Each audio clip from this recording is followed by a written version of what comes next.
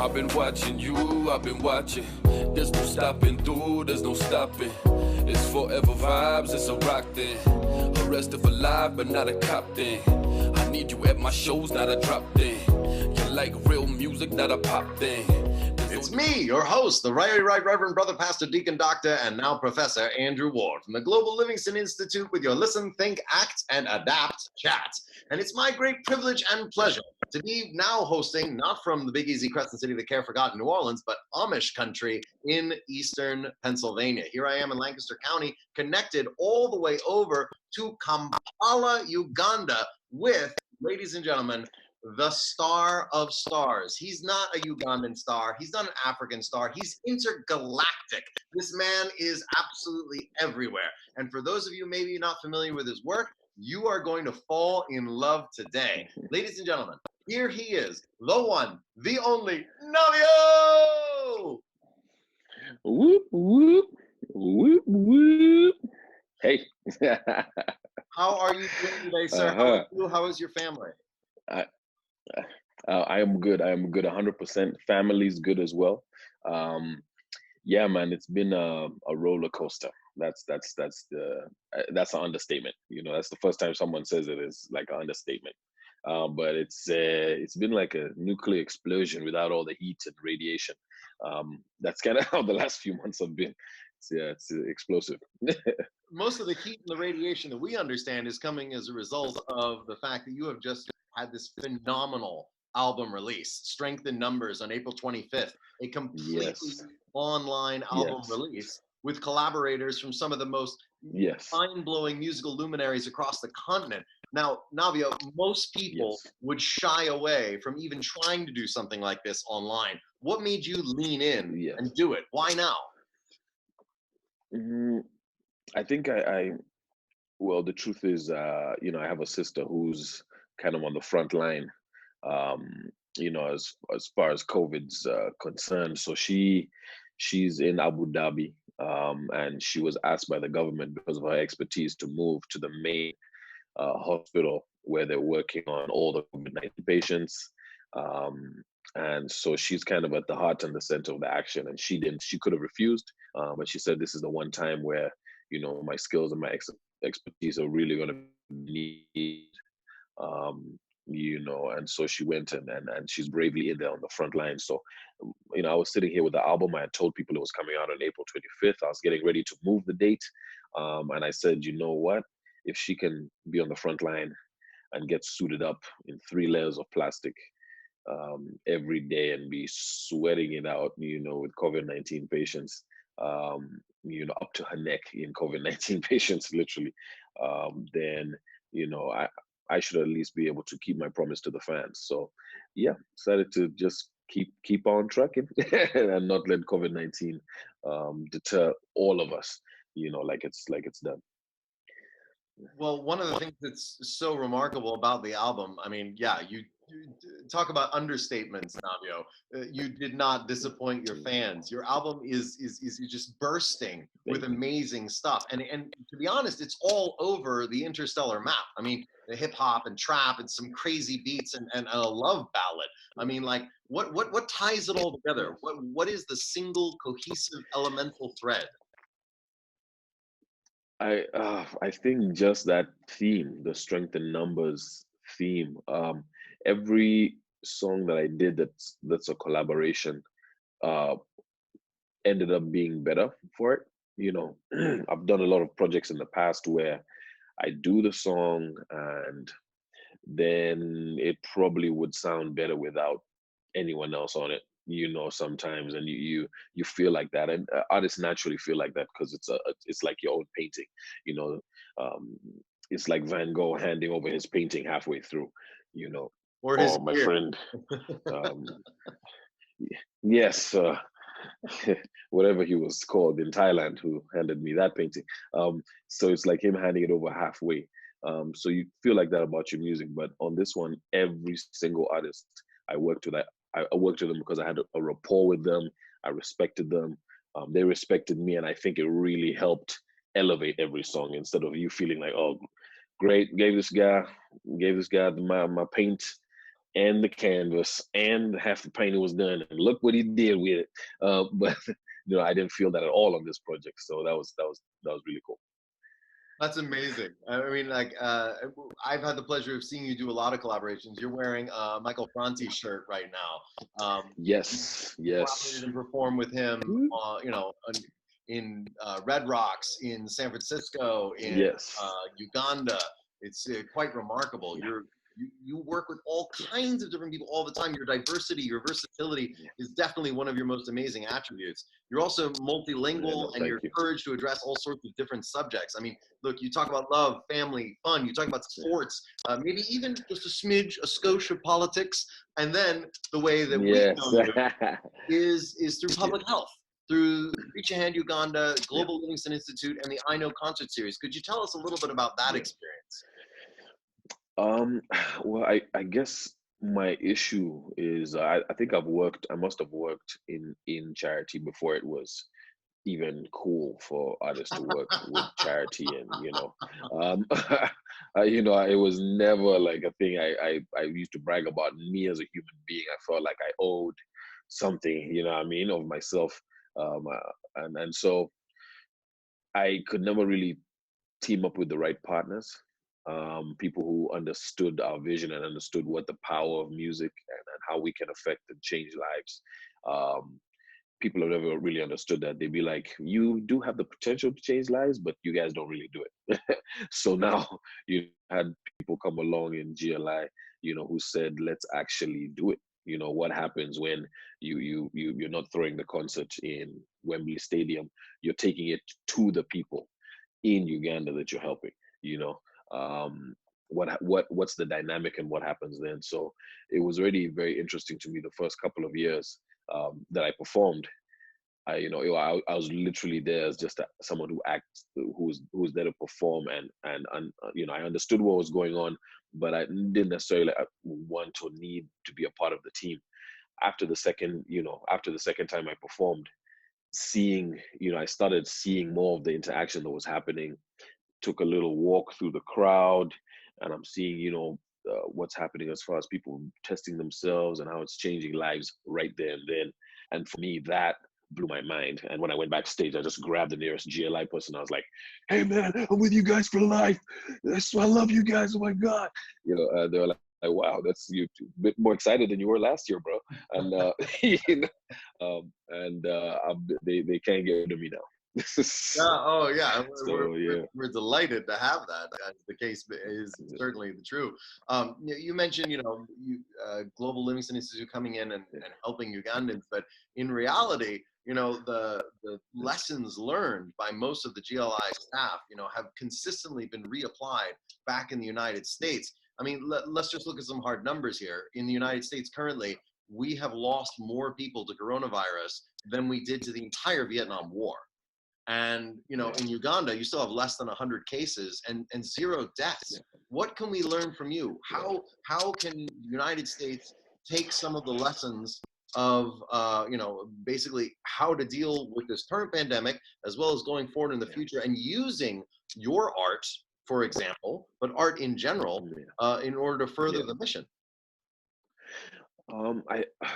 I think perspectives are very important, because what I like that they started with from the beginning is that, um, in order to preserve your freedom, you need to basically lock yourself up, and that's something that we It's a bit of spend a our whole paradox. lives being taught. I need to be free, so I'm going to be out there. Okay, I want to go to work, so I got to do ABCD, and you do have that. But at the same point in time, Kampala is originally the village, and Entebbe is the city.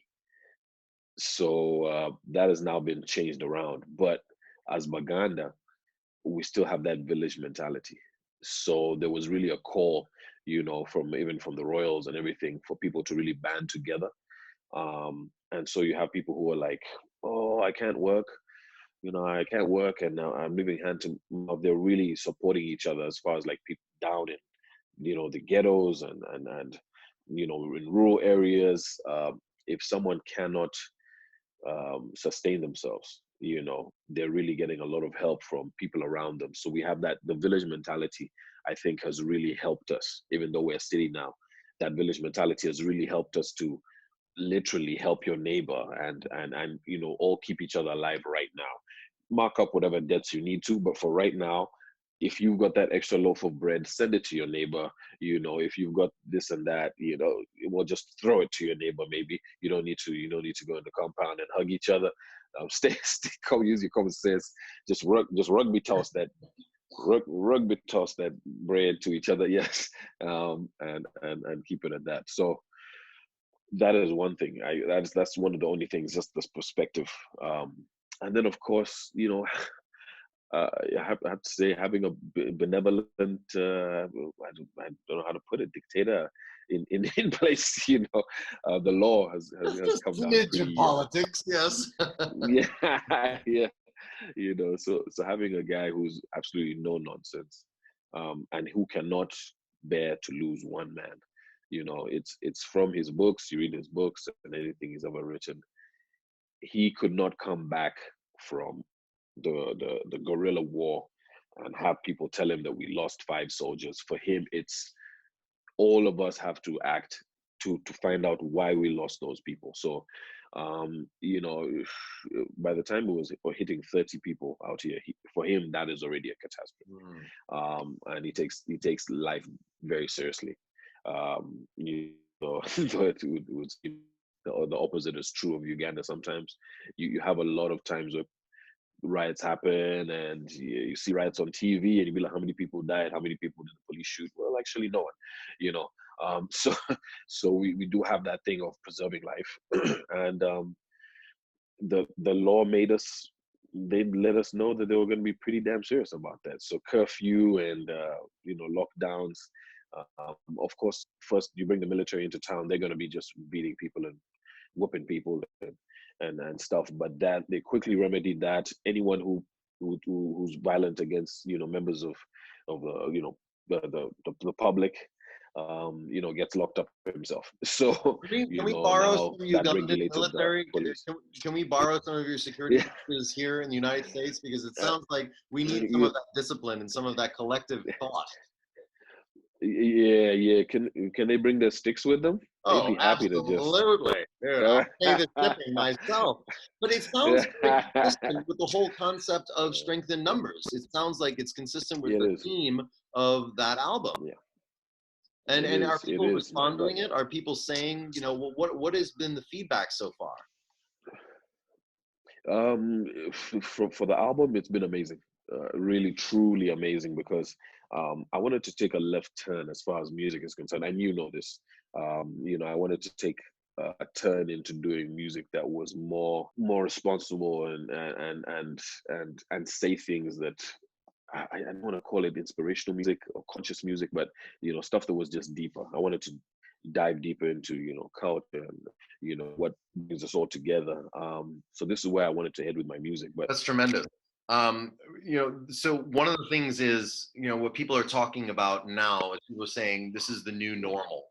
And yes, we're all wondering what this is going to look like in the coming months, coming years. What's going to be the major takeaway? I mean, you are a husband, a father.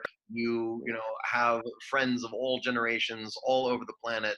Um, what what is the major takeaway for you personally, for you professionally? And then so many people are just starting out in the industry now. You have been dominating for almost 2 decades. What is the major takeaway for them watching you navigate these unbelievable waters? Take that in any way you want, but yeah, give us some insight. yeah.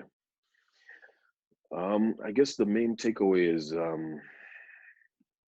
how do you stay on your feet when certain things are taken away from you? You know, I was in an interview before Corona hit, and you know, an up and coming artist asked me, "Yo, you know, how do I make it right now? You know, what's the way forward?" And I was like, you know what? If everyone can get online, everyone can get an Instagram profile, everyone can push themselves digitally. I think if you can find a way to push yourself without using any of these, then you might be answering some of those questions. Now you have the reverse that's happened in Uganda, where we're not very heavily reliant online, to blow ourselves up. Radio and TV is still all the rage. Um, so now it was kind of the opposite was now thrust on me. It's like, okay, now what do you do when you only have online? you know, so what? So that for me was also a takeaway. Like, what now? I only have online. What am I gonna do? I'm just gonna wait for the concert. Am I gonna wait for this? Am I gonna, Corona? I was a stubborn kid. I mean, I I fight back. That's what I do. So whether it's Corona or Ebola or Lucifer himself, I'm gonna find a way to keep doing what I love. And so one of the takeaways is, yeah, man, not giving up. Definitely, that's one of the things that work for me. Um, Having my own question hit me, what do you do when you only have online? That was very important, especially for Ugandans um, right now. Another takeaway was that when we come together, strength in numbers is not just like an album. That's like, it really should be like a theme, something that we live by. Because I've seen people who should be, I don't know how else to say it, but people who should be dead right now, who are still living and managing to feed their families, all by their networks and how they interconnect with people in their sphere, whether it's the little, from the neighborhoods to the villages to, people have really rallied together, and so it really does, it makes me proud, to think about, we've kind of reclaimed some sort of old school, tribal thing, that's saving lives. It's so, it's beautiful. I can't really put it in words right now, but I will.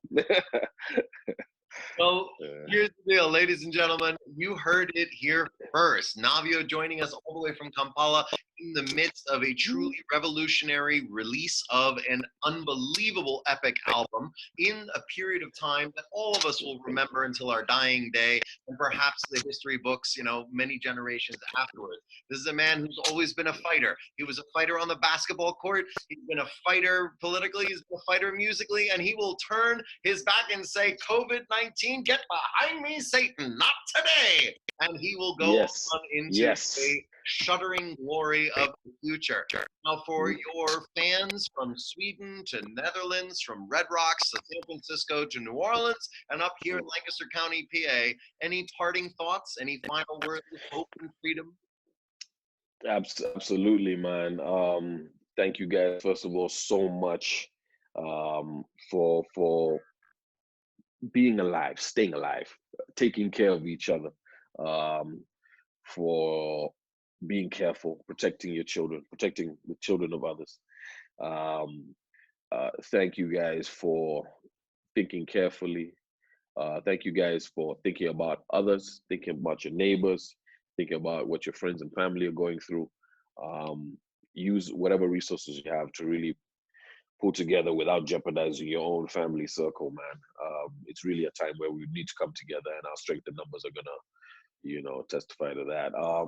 And of course, thank you for everyone who's supported the album and the Navio brand. If you don't know me, please feel free to check out my stuff. There's going to be a lot of exciting projects in the future. And yeah, for all the way from New Orleans to PA, you're in PA, all the way back down to Red Rocks, like you say.